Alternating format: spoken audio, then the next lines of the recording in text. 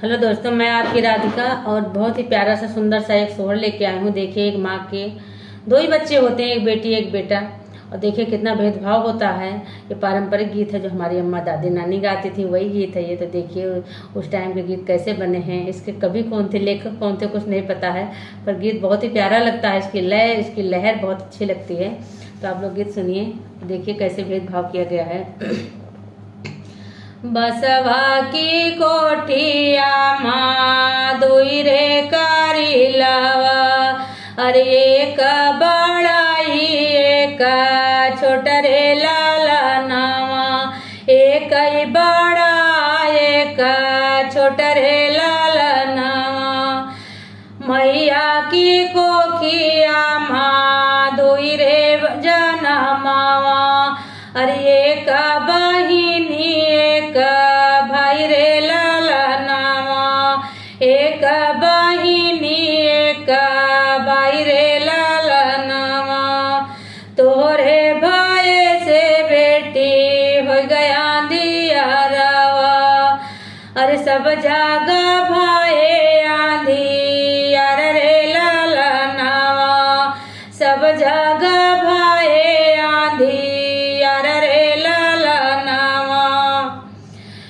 बेला बाबूलावा के सुखीला कड़िया, सुलगी सुलगी रही जाई रे लाला नावा, सुलगी सुलगी रही जाई रे लाला नावा।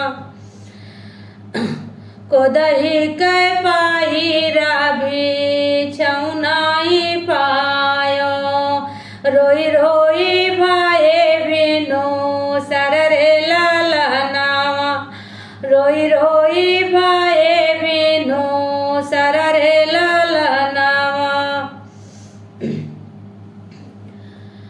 तोरे भाई से बेटा हो गया जोरिया, अरे सब जगह भाई ओझी अरे रे लाला नावा, अरे सब जगह भाई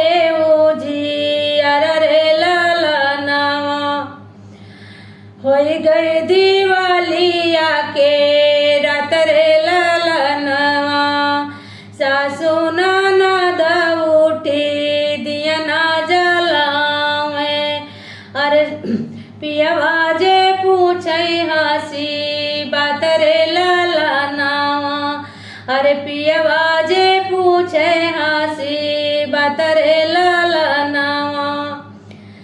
बेला बाबूलावा के गीली लकड़िया, अरे धधकी बारी जाई रे लाला नावा, धधकी बारी जाई रे लाला नावा।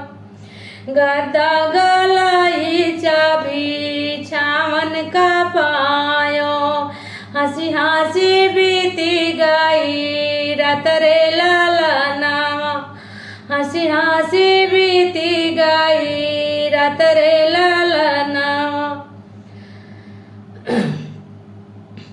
ओढ़ना का पाया वजन रजैया, अरे हंसी हंसी बीती गई रात रे लाला नावा।